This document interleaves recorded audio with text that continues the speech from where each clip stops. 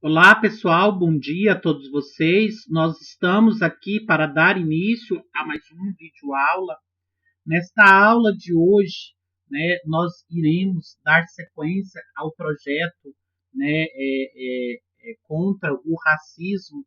E aí nós vamos falar um pouquinho, sobre uma importante expedição de artistas que veio para o Brasil, retratar aí o cotidiano, da escravidão no Brasil, que é o Jean-Baptiste Debré e o Rugendas, que são dois importantes artistas franceses, que é convidado aqui pelo governo brasileiro, a vir retratar, cenas do cotidiano aqui do povo brasileiro. E, sem dúvida nenhuma, uma das principais imagens que nós temos da cena da escravidão no Brasil é pintada, então, por esses dois importantes artistas.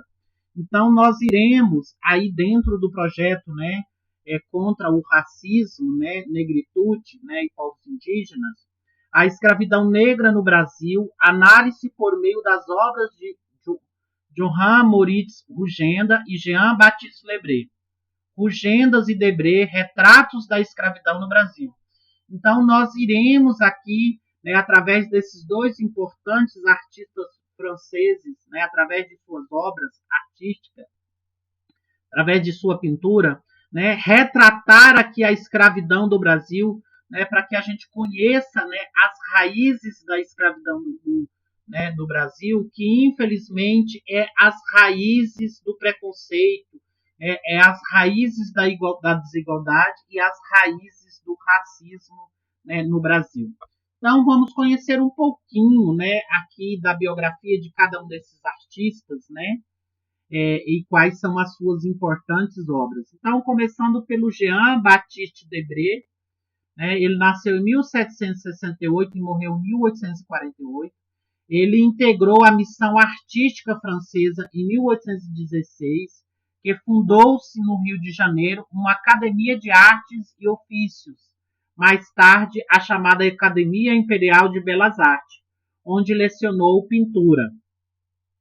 De volta à França, em 1831, publicou Viagem Pitoresca e Histórica ao Brasil, em 1834, 1839, documentando aspectos da natureza do homem e da sociedade brasileira no início do século XIX.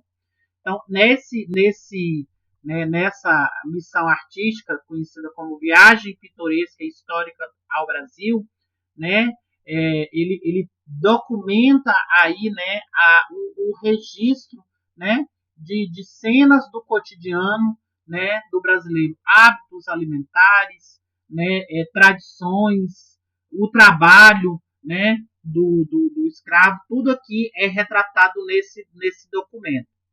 E o Rugendas, que é o alemão Johann Moritz Rugenda, nasceu em 1802 e morreu em 1858. É conhecido por suas pinturas de cenas brasileiras inspiradas por uma viagem feita ao Brasil entre os anos de 1821 e 1823, na qual integrou como desenhista a equipe de investigação científica do Barão de Lagosdorff. Suas principais obras estão no livro Viagem Pitoresca ao Brasil, junto dessa missão artística aí, juntamente com Debré. O contexto histórico, em que levou aí essa missão artística ao Brasil, o que estava acontecendo naquele momento, e que levou aí, a chegada dessa missão artística ao Brasil. Era o fim do governo napoleônico na França, a vinda da família real ao Brasil, inclusive o rei, que está estabelecido aqui no Brasil, que convida, esses franceses a vir para o Brasil, e também, está acontecendo o início do processo de independência do Brasil.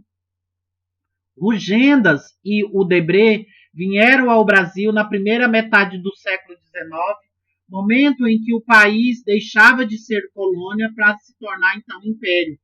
né, o momento em que estava acontecendo o processo, né, de desligamento aqui, né, do Brasil a Portugal.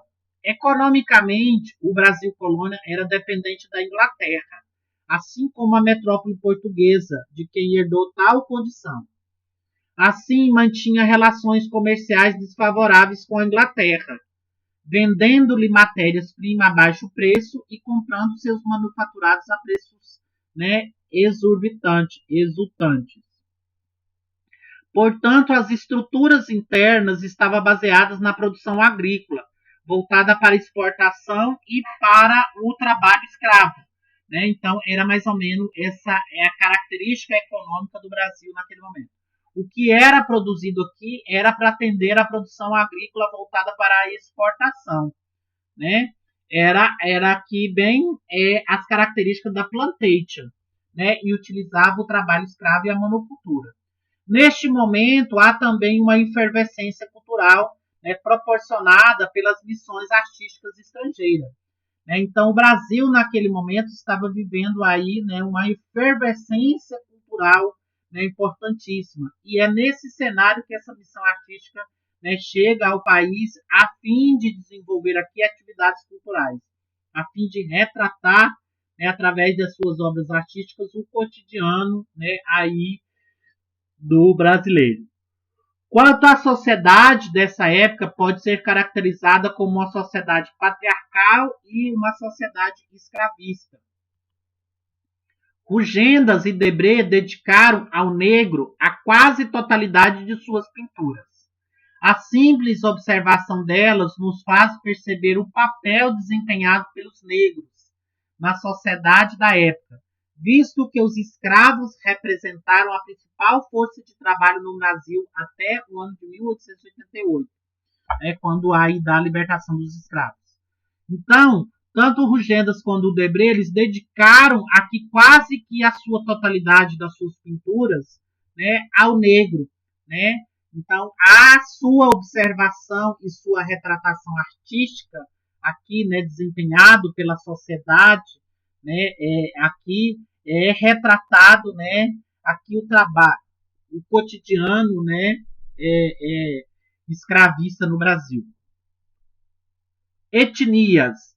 Havia no Brasil, então, a diversidade de povos africanos que foram trazidos para o Brasil como escravos. Então, foram trazidos de diversos países africanos, né, aqui, né, para o Brasil. A seguir, observe a diversidade de povos africanos que foram trazidos para o Brasil como escravos e as diferentes formas que os povos tinham de singularizar-se por meio de seus adornos e marcas corporais. Uma das características e dos objetivos, né, aqui dos artistas foi retratar as diversas etnias africanas, né, que aqui estavam no Brasil. Então, esse quadro é do Jean-Baptiste Debré, As Escravas Negras de Diferentes Nações, 1816 a 1831. Então, é possível, né, você observar aqui, né, as escravas com diferentes, né, tipos étnicas, né, e que foram trazidas de diferentes países africanos. Aqui, né, da esquerda para a direita, né, você pode então ver alguma dessas etnias pintadas pelo Rugendas, né? A1 é angolana, A2 é Congo, 3 Benguela, 4 Monjolo, 5 Cambinda, 6 Quiloa, 7 Rebolo, 8 e 9 Moçambique, 10 Mina. As etnias de 1, 5 e 7 são da África Central. As de etnia 8 e 9 são do Sudeste Africano. E a 10 é da África Ocidental. A presença de um escravo quiloa é peculiar, pois essa é uma etnia da África Oriental, região da qual vieram muito poucos escravos para o Brasil. Todos com exceção da escrava da Mina.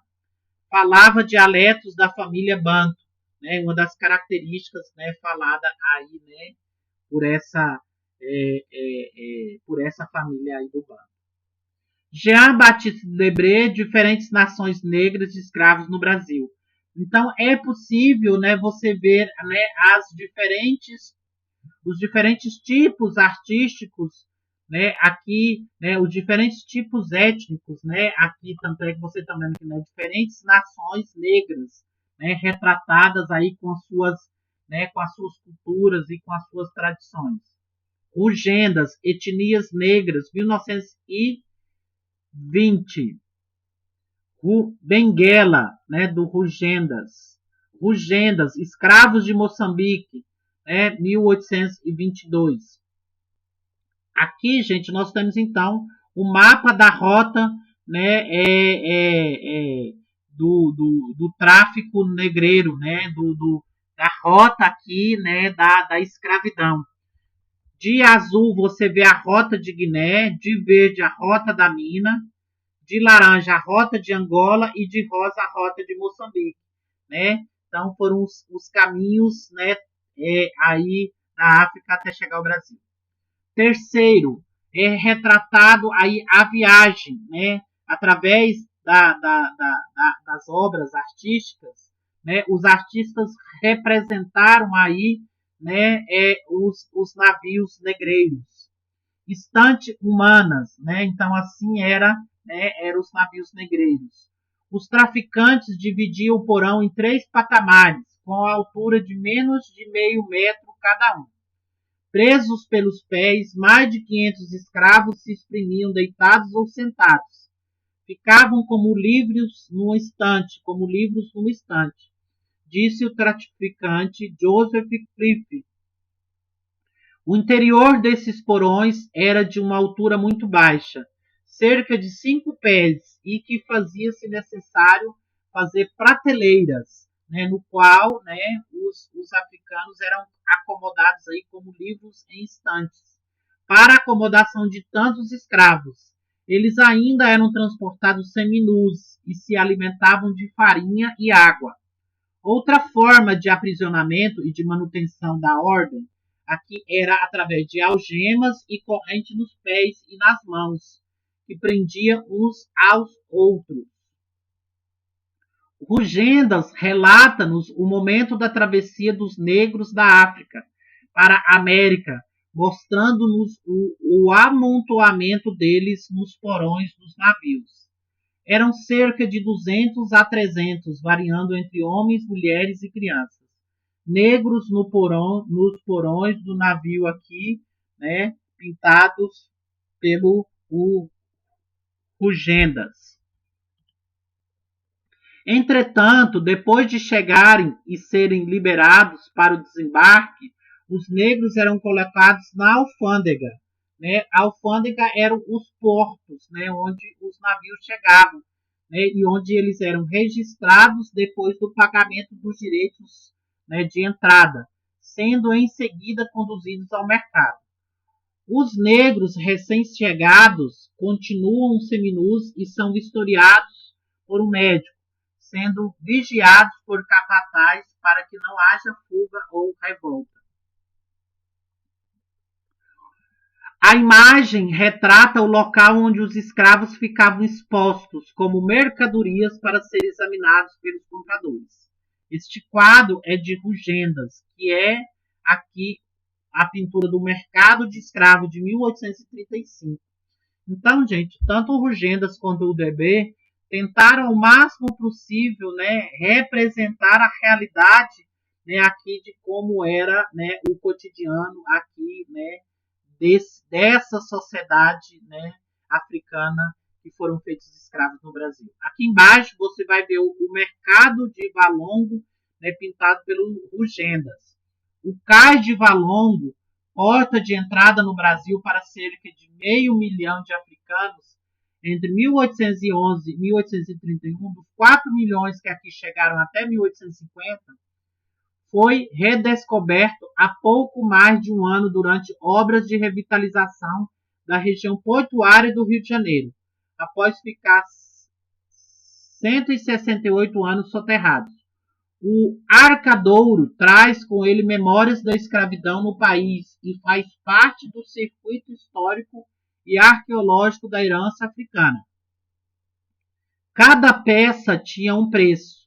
Um africano novo e saudável, em 1811, podia chegar a algo em torno de 100 mil réis, mas podia alcançar 200 mil se tivesse alguma habilidade especial, como a carpintaria.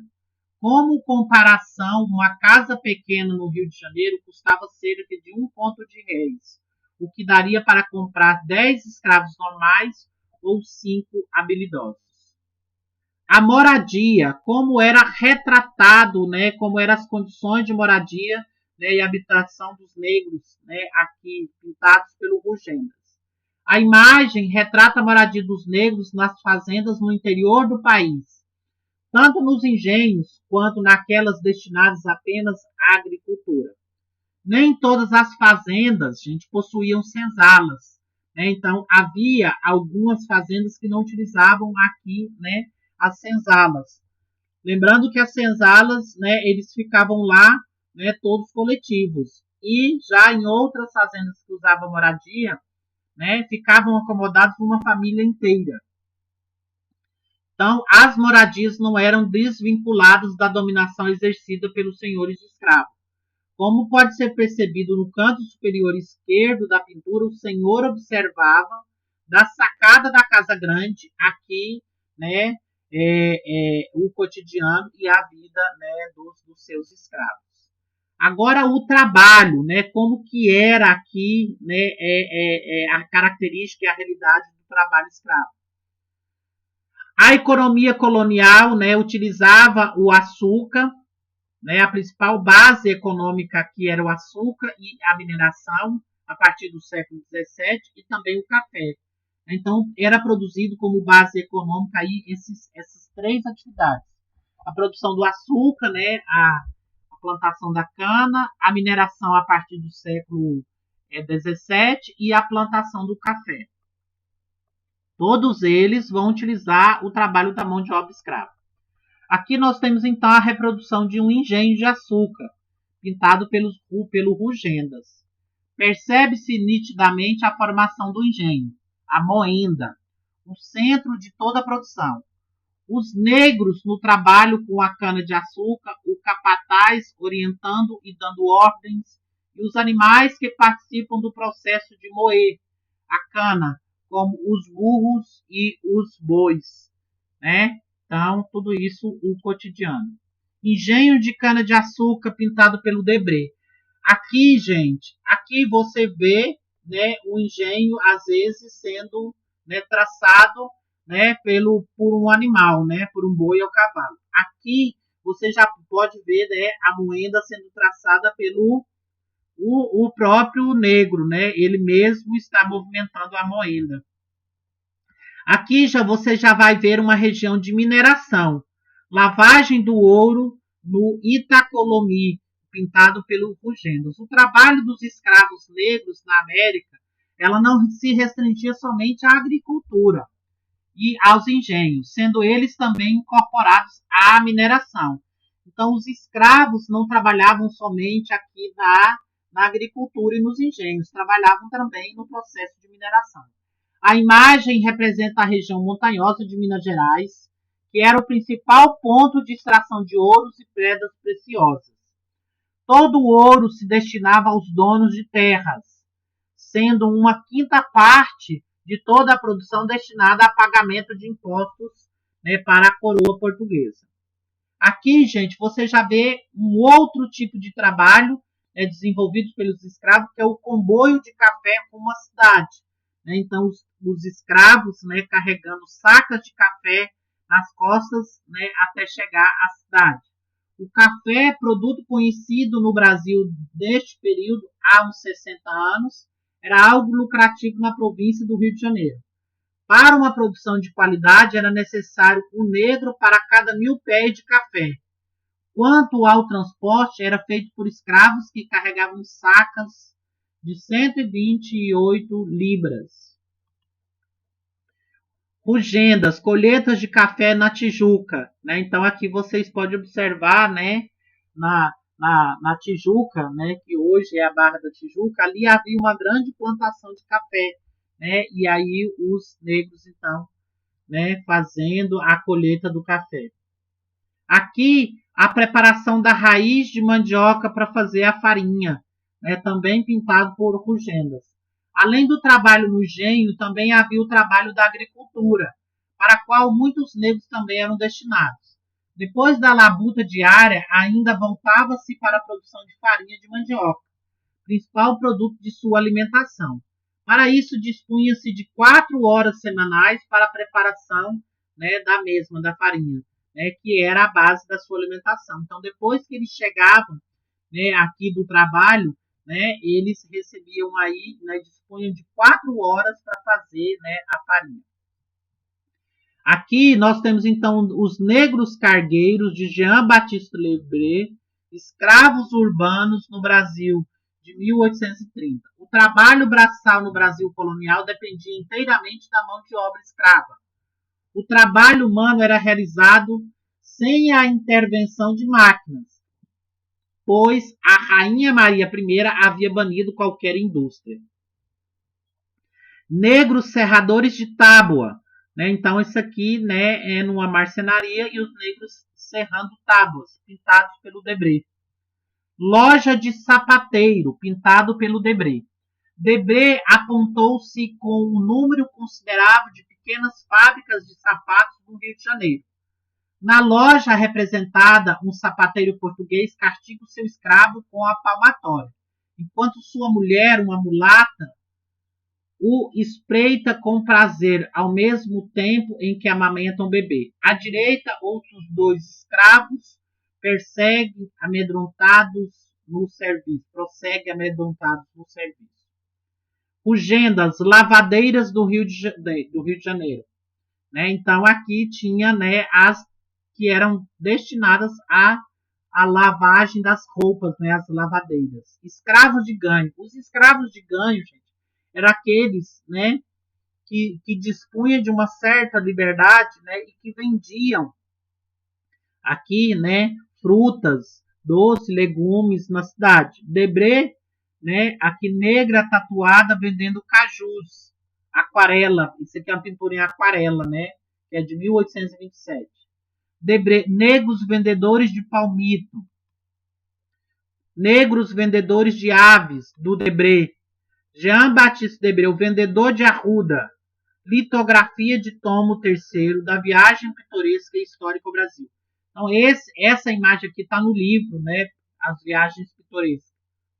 Loja de barbeiros, né? A barbearia, gente, era o lugar, né, aqui onde, né, as pessoas iam para fazer a barba, né?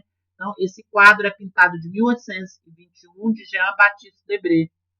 Aqui mais, né, imagens, né, de barbeiros ambulantes, né, e cortando o cabelo também. Então, além de ter as lojas, ainda tinha os ambulantes. Agora, né, nós vamos mostrar um pouquinho do castigo. Mostrei nas outras aulas, né, quando eu falei sobre a resistência, né, de como eram implementados aqui os castigos, né, àqueles que desobedecessem os seus senhores. Os escravos não eram considerados seres humanos, mas mercadorias. Por isso, então, eles poderiam ser castigados.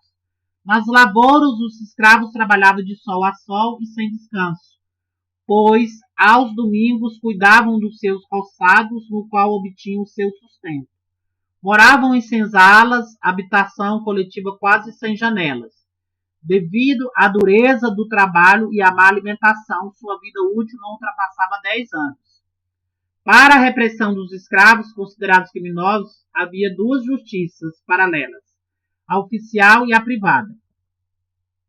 Instrumentos utilizados para a tortura: açoite, chicote feito de 5 tiras de couro, retorcido com nós, era utilizado para punir pequenas faltas ou acelerar o ritmo de trabalho. E o tronco, instrumento de tortura e humilhação onde os escravos permaneciam presos, indefesos, aos ataques de insetos e ratos, em contato com a sua urina e fezes isolados nas senzalas. O cepo, tronco grosso de madeira que o escravo carregava na cabeça, preso por uma longa corrente e uma argola que trazia no tornozelo. Anjinhos eram instrumentos de suplício que prendiam os dedos dos polegares das vítimas em 2 anéis, que comprimia gradualmente por intermédio de uma pequena chave ou parafuso. Máscaras de Flandres, usado para punição por furto de alimentos, alcoolismo e na mineração de diamantes. As máscaras podiam cobrir todo o rosto ou só a boca. Então, os Flandres era muito utilizado, inclusive, para, punir aqueles que furtavam alimentos, aqueles que eram alcoólatras, e também na mineração, aqui para que eles não contrabandeassem, diamantes dentro da boca, do dente ou engolissem. A execução do castigo de açoite, pintado pelo Debré. O açoite era aplicado a todo escravo negro culpado de falta grave, deserção, roubo, ferimentos recebidos em brigas, etc. O senhor que requer a aplicação da pena obtém uma autorização do intendente da polícia, que lhe dá o direito de determinar o número de chibatadas de 50 a 200, que podia ser administradas em 2 dias. O horário mais comum era entre 9 e 10 da manhã, nas praças públicas onde se localizavam os pelourinhos, que são esses paus aqui, esses troncos.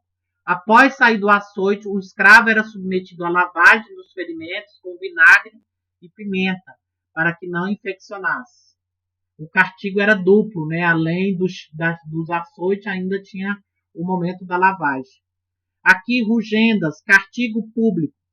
A grande maioria dos castigos eram feitos em praça pública para servir como exemplo para os outros escravos não se rebelarem.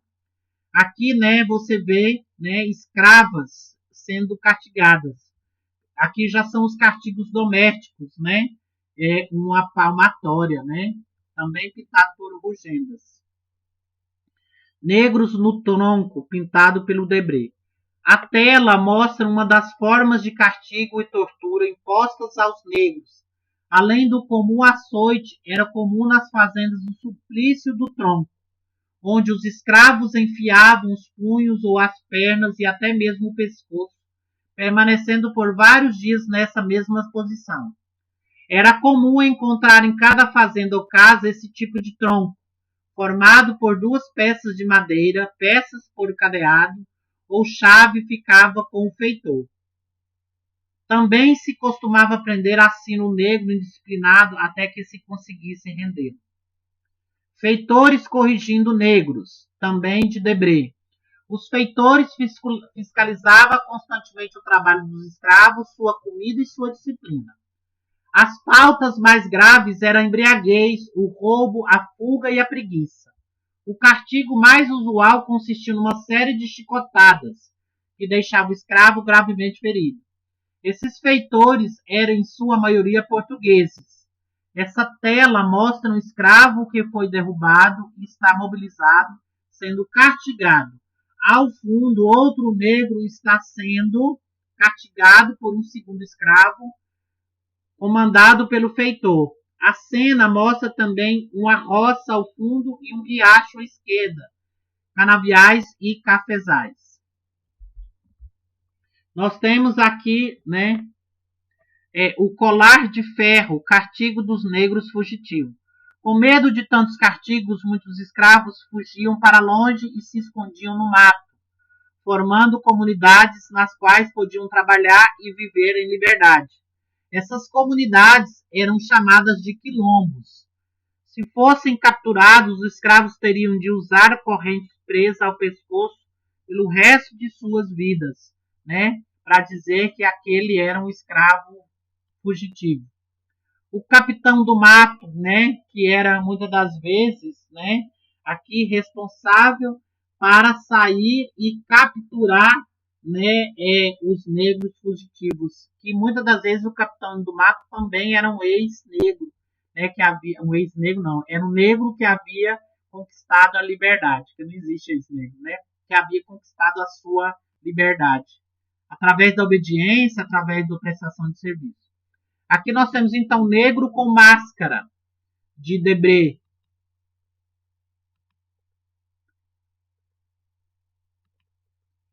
A cultura também foi representada aqui pelo Debré, as danças, festas, religiosidades e costumes.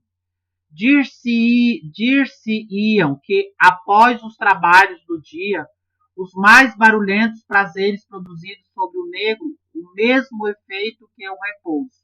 À noite é raro encontrar-se escravos reunidos que não estejam animados por cantos e danças. Então, gente, diante de toda a atrocidade, ele ainda manifestava alegria, né? Dificilmente se acredita que tinha executado durante o dia os mais duros trabalhos, e não conseguimos nos persuadir de que são escravos que temos diante dos olhos. Rugenda, Viagem Pitoresca através do Brasil, obra editada em Paris em 1835. Rugenda, isso aqui é um lundu, né, que é uma dança típica, né, aqui dos, né, trazida aqui pelos africanos. Viagem Pitoresca ao Brasil. Jogar capoeira também, né, é uma das retratações de Rugendas. O batuque, né, a dança aí, o batuque, também pintada por Rugendas. Debré, marimba, o desfile de domingo de carnaval após o meio-dia. As práticas religiosas de negros eram proibidas na colônia, mas não desapareceram. Convive com o pensamento cristão. Para os portugueses, essas práticas religiosas eram atos de bruxaria, manifestações ligadas ao demônio, que deveriam ser condenadas. Por isso, essas religiões foram proibidas. Se os índios e negros fossem pegos praticando-as, seriam considerados bruxos e condenados à morte. Se colonos, homens brancos europeus, fossem surpreendidos durante esses cultos, poderiam ser multados, excomungados, degregados para a África ou processados e condenados à morte. Apesar das punições, essas práticas religiosas foram mantidas. As simpatias, as benzeduras também eram condenadas, eram consideradas feitiçaria, porque apelava para o poder mágico. Judas queimado no sábado de Aleluia. No canto superior direito da imagem encontra-se uma igreja, onde em sua porta estão seus fiéis brancos católicos, enquanto que ao centro temos a malhação de Judas, pelos negros, né, que não se misturava com os brancos para certas comemorações, visto que essa malhação era considerada, na verdade, uma comemoração pagã. Porém, era ela europeia e foi incorporada pelos negros vindos para a América. Percebe-se, então, o sincretismo. O sincretismo, gente, é uma mistura, né? É você pegar aí as divindades africanas e incorporar ela, trazer aí, né, feições, né, do cristianismo, né, existente entre a crença africana e a religião católica. Negras novas a caminho da igreja para o batismo, de Debré. 3 orixás de Rugendas. E aí nós temos então, para concluir aqui, né, falando um pouquinho da religiosidade, né, dos africanos. Dentre as diversas formas de resistência, então, para fechar, né, esse bloco, vou falar então da religiosidade.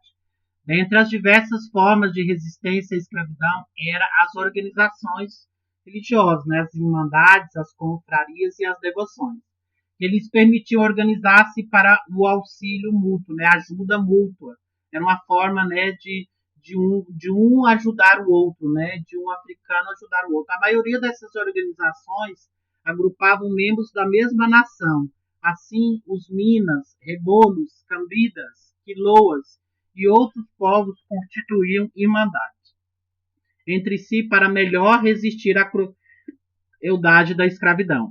Entre as necessidades estava a construção de igrejas e capelas onde pudessem enterrar seus mortos com dignidade, coletar dinheiro para comprar a liberdade de seus membros, organizar suas festas e se organizar politicamente coroando seus reis. Elegiam eles próprios seus reis, a quem obedecia e a quem dedicavam seus esforços para comprar a alforria.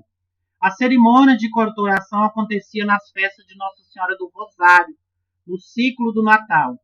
quando os escravos tinham os dias livres para realizar suas festividades.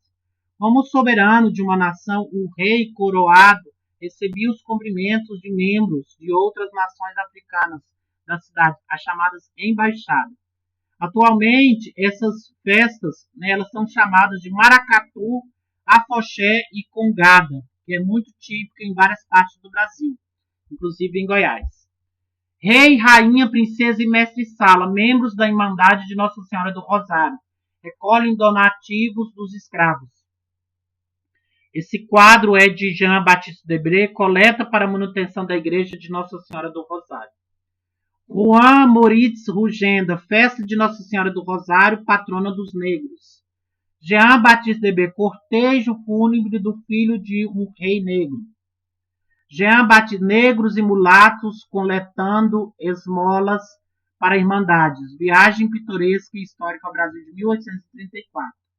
Juan Moritz Rugenda, enterro de um negro na Bahia. Enterro de uma mulher negra, de Jean-Baptiste Debré. E aí, né, os costumes. Cirurgião negro colocando ventosas, né, aqui, do Jean-Baptiste Debré. Debré, em seus 15 anos de Brasil, apresentou as cenas do cotidiano do Brasil no século XIX. A imagem reproduz uma prática comum à maioria das cidades brasileiras do século XIX. Legado da estrutura escravista colonial portuguesa. O negro, provavelmente forro, desenvolve seu ofício na busca da cura dos pacientes, utilizando a técnica do sangramento via ventosas, na busca de devolver o equilíbrio do corpo. Para o africano, os males do corpo eram fruto dos espíritos ou feitiçarias, que provocavam desequilíbrio entre o corpo e a alma, sendo o sangue o transmissor da doença. Sangrar era devolver o equilíbrio ao corpo, eliminando o mal. Curiosidade, a consulta era sem custos, já os remédios e a sangria deveriam ser pagos pelo paciente. A cena é tão comum que crianças brincam à porta da casa enquanto os pacientes são tratados. Um funcionário do governo sai a passeio com a família, né, aqui pintado pelo Debré. E aí, gente, eu termino esta aula, né, aqui com essa imagem, que é uma imagem ícone, né, que é um jantar brasileiro, né, aqui, né, de Jean-Baptiste Debré. Qualquer livro de história do Brasil, né, que você abrir, você verá esta imagem, né, pintada pelo Debré. Todas as imagens, né, retratadas aí, né, elas, né, são né, destinadas, muitas delas, né, pelo Debré, pelo Rugendas, entre outros artistas que vieram, né, para pintarem o cotidiano, né, do povo brasileiro. Termino esta aula, né, aí deixando para vocês um grande abraço, fiquem com Deus e até mais.